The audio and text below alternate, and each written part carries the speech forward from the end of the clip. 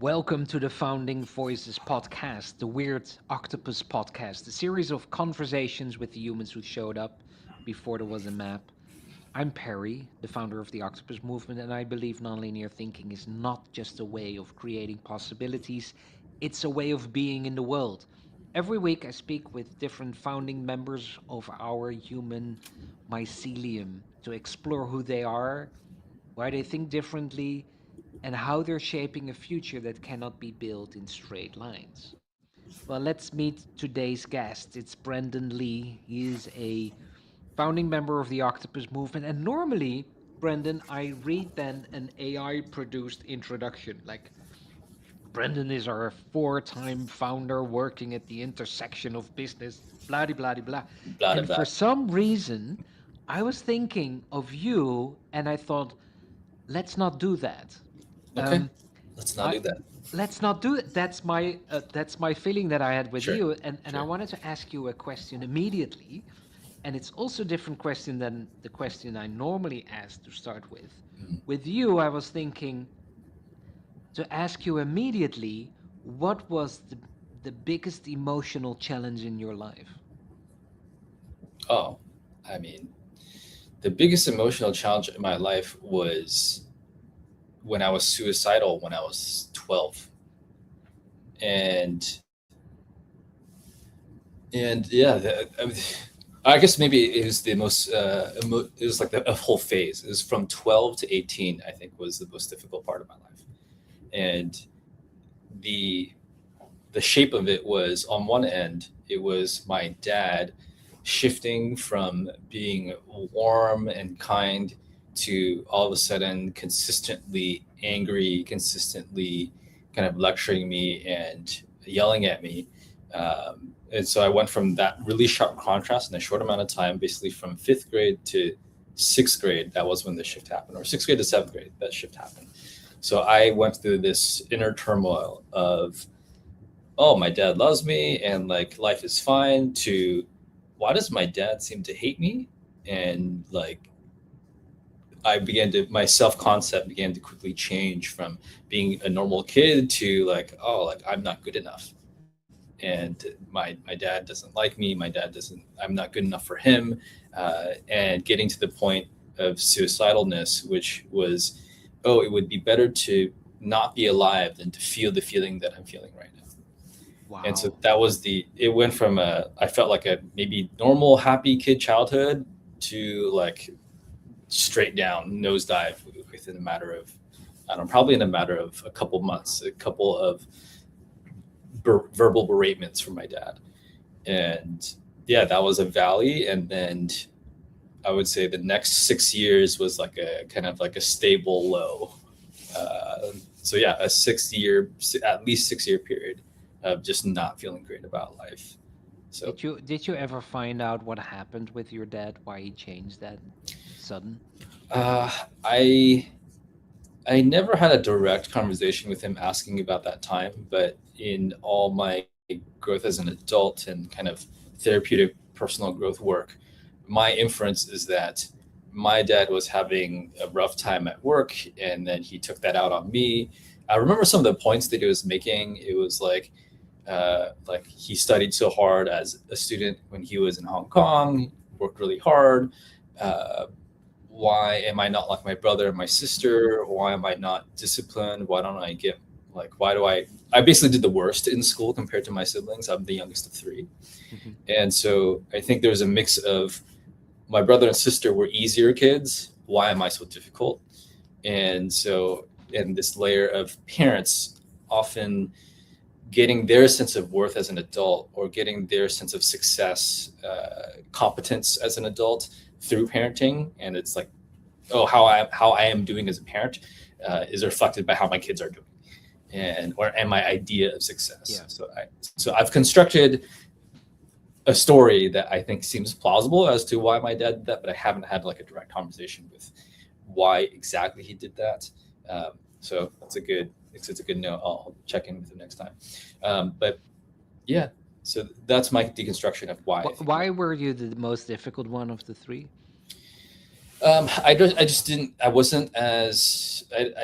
When you think about Big Five and having high conscientiousness, like I just didn't have. I think I was just lower. Like I would procrastinate so much more.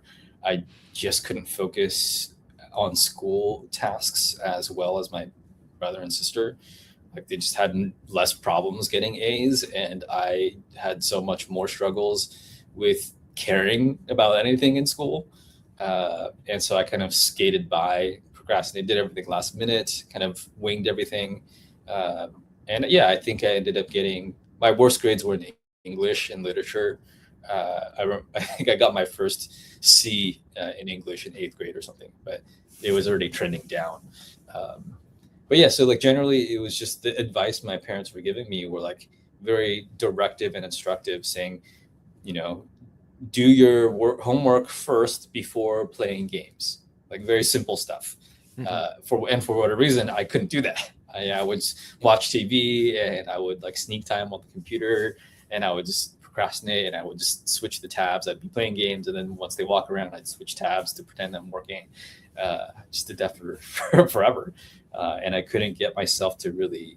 Schoolwork wasn't interesting, so Where was this? Where was this on the planet when you were going to school and this was in procrastinating? uh, California, around San Jose, Yeah, Saratoga, yeah. California.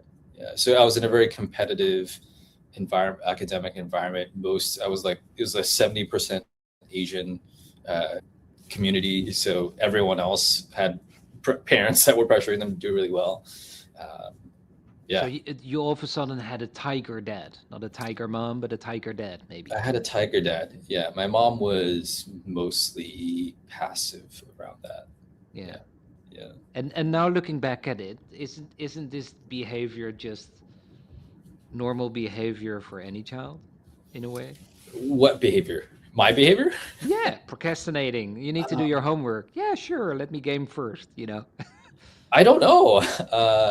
I don't know. I think so. I used to run an education company, so I've worked with a lot of teams, and I've just seen the whole spectrum where the kids' natural baselines of obedience and following directions and kind of suspending their own whims and curiosities. I think they have differing abilities to do that, differing abilities to have engage in executive function over the impulsive want in the moment.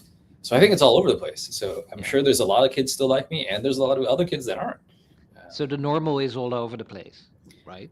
I think when you look at the data, I think on average girls are doing much better in school. Hmm. They're Hmm. much the average much higher on conscientiousness. I think that's what the research shows. So I think on average more girls are doing okay in school, and then more boys are struggling. Yeah, that's what I've remember reading. So that's statistical data. I don't know how it plays in practice. I'm curious about. Normally, I would have asked already the question, "What's the octopus in you?" I will get there, Sure. but you were suicidal, and forgive me for being so curious.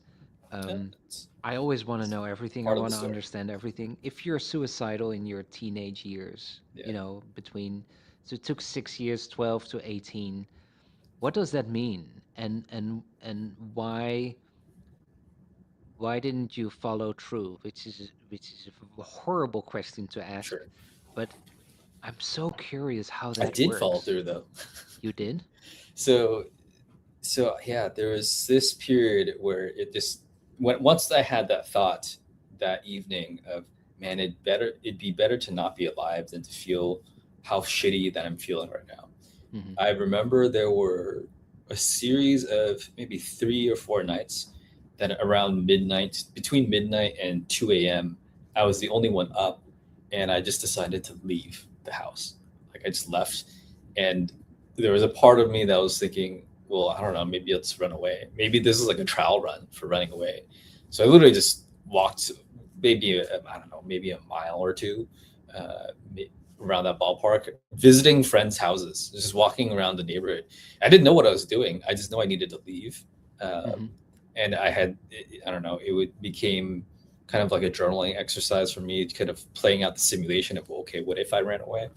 And then maybe 2 weeks later, I think after another instance of my dad yelling at me, I was like convinced. I'm like, I am running away now. I just literally put on flip flops, nothing, no planning, was just angry, fuming, just walked away, and just convinced like I'm not going home. And I ended up walking away, maybe like half a mile or something, to a local elementary school. And then I saw a tree, and I'm like, that's a tall tree. I'm gonna jump from that tree. So I climbed that tree, and then I don't know, maybe I got like 20 feet up or something. Yeah. And then I looked down, and I'm like, that's really far. That's a far fall. That's gonna hurt. That that doesn't sound fun. I changed my mind. I'm gonna climb down. And basically in that moment, it was, I think, the idea of dying was more compelling than the process of dying. Yeah. I don't think I had the pain tolerance and guts in that sense to follow through with that specifically. So I think it was fortunate in that sense. If I had a way to kill myself that was high likelihood and not painful, I probably would have went through with it. But basically, I climbed the tree down from the tree. I was still angry. I still wanted to escape, so to speak. And so I ended up deciding to follow through on okay, I'm going to run away. I'm just going to reset my life. And so I just literally walked. I walked as far as I could, or just at the time, I was convinced I'm just going to walk somewhere. I didn't have any understanding of geography. Didn't know where I was going to go. I just was going to walk away. And I think I walked for a good total of 10 minutes before all the feelings left, all the anger, frustration that I had left. And I was feeling more like myself. And then at a certain point when I was walking, I was like, why am I walking? Where am I going? Mhm. And so I basically came back into my right mind and realized I didn't have a plan. I didn't know what I was doing. I didn't know why I was angry anymore. Like the anger was gone. So ended up just walking to, I guess, a friend's house that was kind of like an older sister figure to me. Mhm. And I knocked on her door. She's like, "Why are you here?" Like, and I'm just like, I don't know, I just ran away from home. I just told her, like, my dad yelled at me, and so I ran away. And she was like, to my dismay, she was like, "I gotta bring you home." And I'm like, what was the whole point of what I just did then? No, don't do that. Yeah. Don't do that. That's the last thing I want you to do. But I clearly didn't think through it. I just figured she was older and wiser, and like she must probably the best decision. Might as well just follow whatever she's doing. Uh, so yeah, that was the closest I got. I ended up going through it, but I was too scared to experience the pain of death. And after walking for 10 minutes, I realized, you know what, like I don't feel the anger anymore, so there's no more onus to do that. Yeah. And did it stay? So it took you 6 years, you just told me, but was was that running away healing in a way as well? The awareness of what am I really angry about? That it came to your senses in a way, maybe. Did that So happen? I don't know if it did any healing per se. Like it didn't solve any of the pain that I experienced. But what it did for me, what was true after that was I never ran away after that. So something about that experience and going through the entire arc, I wasn't conscious of this at the time, but I think that what the subconscious learning was that all of this is temporary. All this pain is temporary. And if I can just hold on, it'll get better. Because that's what happened, which is like I just walked for 10 minutes and then I was less angry. Yeah. So I think the conclusion that my body learned was that, even if it sucks really bad right now, it's nothing a 10-minute walk might not solve in terms of what it feels in the moment. It doesn't solve the root issue, but I'll feel better about it. Maybe And it solves the response, right? It doesn't yes, solve the problem, but how we yeah, respond to it. yeah, Maybe it gets better if you go for a walk for 10 minutes or a half an yeah. hour. I think that was one layer, and then two was maybe some aspect of embarrassment, uh, Okay. of like I had this idea and intention, and I didn't have the balls, so to speak, to follow through. And now my older sister friend knows, and now my parents know. Mhm. And that just, I think something about, trying to, the idea of taking your life and no one knowing about it, and like it creates a level of secrecy and permission of, there's no critical thinking, there's no bodily doubling effect to like really check your decision. But now that other people know about it, it kind of feels like there's some stakes to it. There's higher stakes that you might not have considered. Wow. So like I think the suffering in silence leads to a way of behaving that is different than when you're suffering but other people know about it. For Mhm. whatever reason, it feels more bearable. I don't know. Yeah, something like What should have people done for you? Maybe it's not correct English when I ask it that that. way, but Yeah, I'm wondering, I have three kids myself, yeah, teenagers. The youngest is 14, 18, and 20. Those are not teenagers anymore. They're grown-ups. I think I think, as a parent, the most horrible thing there can be, right? Your child is becoming an adult, becoming to see what is possible in the world, and they're thinking, shit, this doesn't work for me. What should have been done? I know your dad should have been different, hmm but what could have been done by someone that is outside of the family who would see little Brandon walking there? What yeah. would have been a solution for you? To me, the solution is basically what happened with that older sister figure, is having someone in my life that I felt like I could be real and transparent with, that I just trust, understood me, or had my back, or was just there to support me as a person. Uh, she was the only person in my life who was like that, and thank God that she was, I guess, walking distance away from, like technically a couple miles away. But I think there's actually a decent amount of research around out there around how for kids and teenagers, having one adult figure in their life that is not their parent, that they Hmm. trust, does a lot for their life outcomes. So I think that was all that could have been done. Maybe having another kind of figure like that in my life would have been the solace that I could have. Like being more accessible probably would be the only thing. But I don't know. Around that time, yeah, we didn't have cell phones. It was still payphones.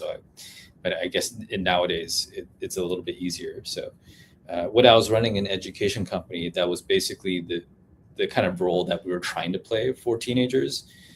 So we worked with a decent amount of depressed teens. A few of them were suicidal, and I was that older sister figure for them. And so I'd like to think that that helped them in that process when they were going through that. I often think that it only takes one person to Yeah. change everything. hmm Knowing one, listening to one. And does your sister, your older sister, so kind sister, hmm so-called sister, does she know this? Does she know Yes. the importance in your life? She's aware Yeah. of that. Yeah. Actually, what happened was after that happened, she was basically like a counselor, youth worker at our church at the time. And she was only 5 years older than me. So she was literally a senior in high school. Yeah. But she was very wise for her age. And after that happened, she told her boyfriend at the time that she needed to prioritize uh, like the kids that she was working with, because she realized it was really important work. So she understood it at the time. I didn't circle back with her maybe until I was in college, around what was actually happening, at least the context and backdrop of what Hmm. was happening. Um, I maybe gave her a shorter version of it shortly after that happened, but I told her the full story multiple times after and what it meant for me. So yeah, she knows. Yeah, Wow. yeah. What a start of this conversation, Brendan. Hey, that's your fault. I You wasn't asked that. expecting this, but Yeah, how fascinating to talk about Mhm. this, and Yeah. how happy I am that you have that older sister in your life that Me too. you were able to go to, and I'm so happy you're here. So I'm happy that happened. I'm glad I'm here too. I'm glad I made it. Yeah. On a different note, it's difficult to go into a different aspect, but Mhm. um, you're a founding member of the Octopus Movement. I Mhm. remember us talking the first time. What a lot of fun we had, and we Mhm. talked about the genius of you. I did the test as well, and we talked about the things you're doing and how you see life. Um, so, what is the octopus in Brendan? What makes you a nonlinear thinker? How would you be? How would you describe your own octopus? I think the one aspect of it is obviously the career side because it's so explicit and so normal to what people often talk about. Like I've been in nonprofit. I've used to work with churches and soup kitchens. I was a youth pastor, or I was a pastor, and then I used to flip houses, and then I used to run an education company, like I mentioned, and then I worked in tech, and then now I run this personality test company. So I think one aspect of how it manifests is having a lot of interests and like serious interests that I actually follow through on. And then two, there's like an unattachment to following that particular career narrative. So I think there's for some people they're like undercover octopuses, where it's just like in their own personal world they're like they have their arms in a lot of different things, but in the outward facing world they present as, oh, I'm not an octopus, like I'm just following the typical career path. And so I think there's undercover octopuses and there's like unapologetic octopuses, and then there's people who are like emerging octopuses where it's like they're beginning to reconcile their internal identity with their external identity and being okay with being identified as an octopus. So I think there's a lot of stages of octopus development. Uh, but yeah, I think I went through that whole arc myself. I think my early career, I wasn't sure if I was an octopus. I think there was a slow realization of like, I think I have more than one interest. I think I'm not attached to Hmm? this one direction in my career. And then I think after probably about 7, 8 years into it, you're just like, oh yeah, that's me. And I don't care anymore. And I think once you get past that, it just gets more and more serious in the sense of unapologeticness and embracing that aspect of yourself. Hmm. Um, but yeah, I think the biggest thing is that yeah, it manifests in just having a range, wide range of interests that you consistently pursue and that consistently changes. And there might not be any immediate rhyme or reason as to those interests. They just are there, and you just nurture them as time goes. Is there a new interest that is now sparkling in your brain that you're thinking, oh dear, there's something Oh happening dear. again, and Um, I'm pursuing that, or I'm going to pursue it, or I'm not pursuing purposely because I don't want to be all over the place. But is there something that is sparkling right now? Right now, it's probably AI in all the ways that the use cases for AI can stand to affect our daily lives. And uh, the more specific one is basically building a second brain, where it's like, can I have AI build a digital version of all the things that I think about? Um, so that's the version that I've been tinkering with for the past couple weeks. Yeah. What do you think of teenagers, of teenagers that are struggling right now, um, and they go to their AI platform to talk to the Mhm. AI about their tiger dad or tiger mom Mhm. or whatever that they struggle with. Um, how do you see that? What do you think of that? Um, I worry about that. I worry about the state of AI relating to that because